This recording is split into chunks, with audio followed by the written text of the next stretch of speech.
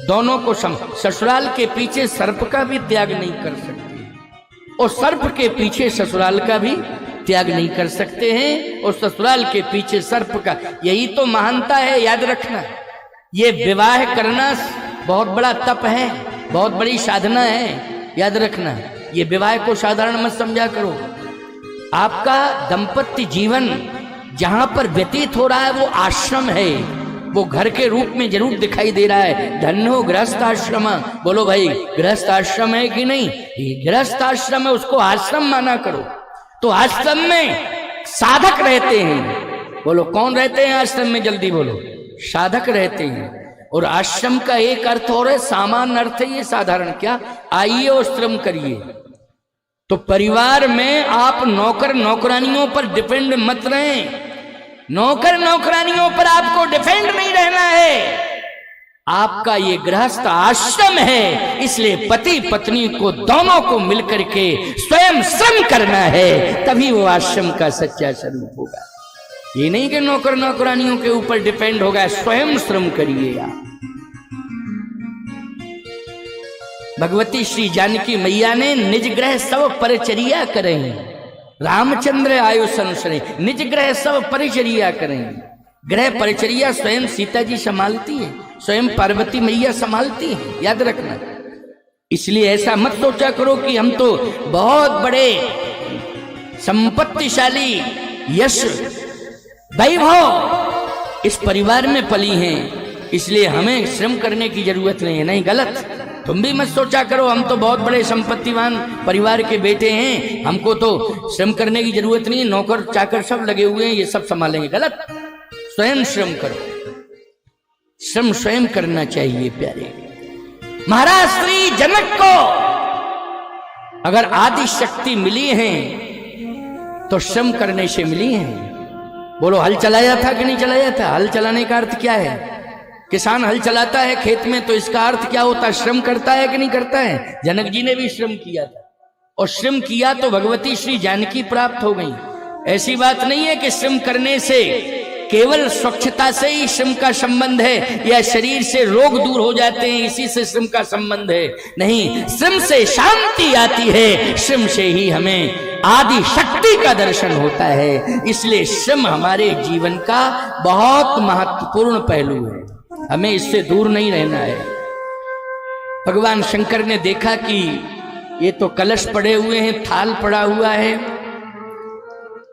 नंदी बाबा ने कहा वापस चलो, लौट के क्या करेंगे यहाँ? भगवान शंकर ने कहा नहीं, वापस नहीं जाना है। फिर यहां तो अपमान हो गया है। शंकर जी ने कहा अपमान नहीं हुआ है। कौन कहता अपमान? इतने में नारद जी आ गए समर्थन करने के लिए। बोले अपमान नहीं है तो क्या सम्मान है? देखो मंगल कलश पड़े हैं, जो थाल सजाया था आरती के लिए वो भी पड़ा हुआ है, चंदन भी अलग पड़ा हुआ है, एक पात्र में गंगा जल था वो भी अलग पड़ा है। ये अपमान ही तो क्या सम्मान है? नारद जी ने भी नंदी बाबा का समर्थन किया, बोले अपमान ही है। शंकर जी ने कहा नहीं, अपमान नहीं, मेरी सास ने मेरा सम्मान किया है और जितनी हिमाचल नगर की महिलाएं हैं उन्होंने मेरा सम्मान किया है। क्यों? ये सब दीपक जलाए थे। मंगल कलश पर क्या जलता है? बोलो भाई, दीपक रहता है कि नहीं? भगवान शंकर ने कहा इन्होंने सम्मान किया है मेरा। ये सब जो है दीपक को कलश को नीचे पड़े हुए हैं, कलश भी पड़ा है, दीपक भी बुझा पड़ा हुआ है, ये सब फेंक के चली गई तो इसका मतलब ये अपमान नहीं है। फिर मुझे देख करके मेरा सम्मान किया। क्यों? सबसे पहले जो है किसको देख करके भागी हैं ये महिलाएं? बोले मणिहारे सर्प को देख करके। मणि वाला सर्प था ना मस्तक पर, मणि वाला सर्प। अच्छा, मणि वाला सर्प क्या करता है? प्रकाश देता है। बोलो प्रकाश देता है कि नहीं? मणि के प्रकाश के आगे दीपक का प्रकाश महत्व रखता है। जल्दी बोलो, जल्दी बोलो जरा। जहां मणि का प्रकाश हो वहां दीपक के प्रकाश का क्या महत्व होगा? बोलो भाई। और यदि मणि को कोई दीपक दिखावे तो बोलो उसको अज्ञानी माना जाएगा कि नहीं माना जाएगा? भगवान शंकर ने कहा इन महिलाओं ने देखा है कितनी समझदार हैं, कितना सम्मान, मेरा गौरव बढ़ा दिया कि जिसके सिर पर मणि साक्षात चमचमा रही हो उसको मंगल कलश का दीपक दिखा करके अपमान नहीं करेंगी, इसलिए उन्होंने मुझे देखकर दूर कर दिया। गजब की बात है। बोलो भाई, प्रतिकूलता में अनुकूलता बनाई कि नहीं बनाई? जल्दी बताओ। प्रतिकूलता में क्या बनाई? अनुकूलता बनाई। भोजन में यदि आपको दिक्कत आ रही है करने में, क्यों? दाल में नमक ज्यादा पड़ गया तो भोजन करने में दिक्कत आ रही है, तो उस समय आपको प्रतिकूलता में अनुकूलता बनानी है। क्या? भोजन तो बहुत अच्छा है, बहू ने बहुत ही अच्छा भोजन बनाया है, लेकिन नमक डालने में बहुत उदार है बहू। तो ईमानदारी के साथ बताओ, उससे शर्म भी लगेगी और दूसरे दिन के भोजन में संशोधन कर लेगी। बोलो, कर लेगी संशोधन के लिए? और यदि आपने मीन मेख निकाली, आंख निकाली और आपने कहा हम पशु हैं क्या, ये पशुओं को इस तरह से खिलाया जाता है, तो बोलो भाई फाल्ट हो जाएगा कि नहीं हो जाएगा? इतना बड़ा परिवार में फाल्ट होगा कि बहू यही कहेगी गैस चूल्हा सिलेंडर आला, हमारे हाथ का भोजन पसंद नहीं है। बोलो, रसोई दूसरी उसी दिन तैयार हो जाएगी कि नहीं हो जाएगी? लेकिन रसोई दूसरी तैयार नहीं करनी है, हमको रसोई के व्यंजन बनाने वाले का हृदय परिवर्तन कराना है। रसोई में परिवर्तन नहीं कराना है, बनाने वाले के हृदय में परिवर्तन कराना है। बोलो, तभी विशेषता मानी जाएगी कि नहीं मानी जाएगी? वो एक अलग बात है कि आप किसी जॉब में हैं, आप दूसरी जगह रह रहे हैं, वहां तो रसोई दूसरी बनेगी, या परिवार ज्यादा बढ़ गया है, इस कंडीशन में रसोई दूसरी हो गई। लेकिन विरोध में रसोई अगर दूसरी तैयार हो जाती है तो ईमानदारी से बताओ, वो रसोई की आग नहीं है, वो घर में आग लग गई है।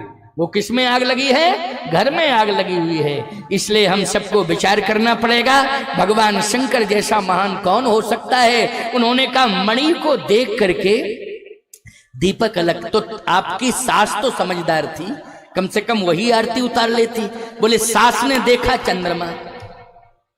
सास ने किसको देखा? चंद्रमा।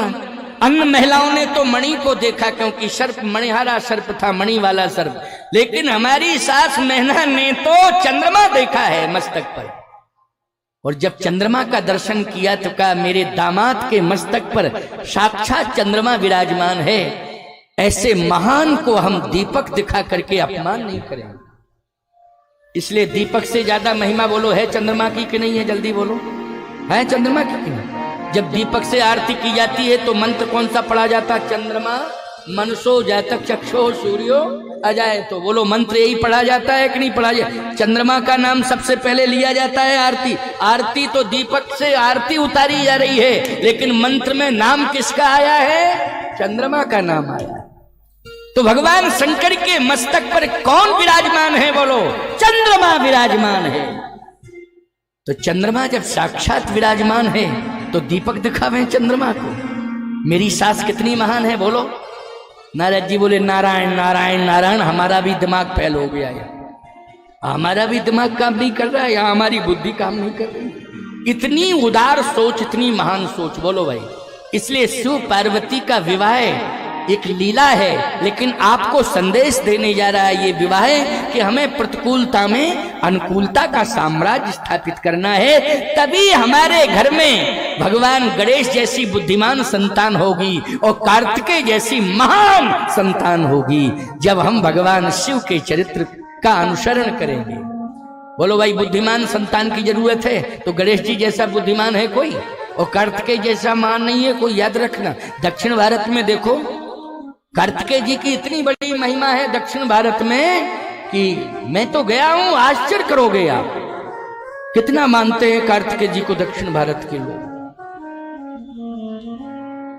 वहां तो उनके नाम का वस्त्र भी धारण करते हैं, हरा वस्त्र धारण करते हैं कार्तिकेय जी के नाम का दक्षिण के लोग। बड़ी महिमा है। तो प्यारे नारद जी ने कहा कि भोले बाबा एक बात कहूं तो अन्यथा मत लेना, कम से कम चरण प्रक्षालन कर लेती,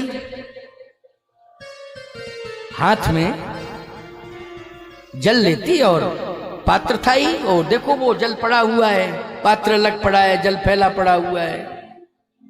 कम से कम प्रक्षालन तो करती। भगवान शंकर ने कहा नहीं। गंगा जी के तट पर कोई अलग से लोटे में गंगा जल लेकर के जावे तो ये बोलो भाई, गंगा के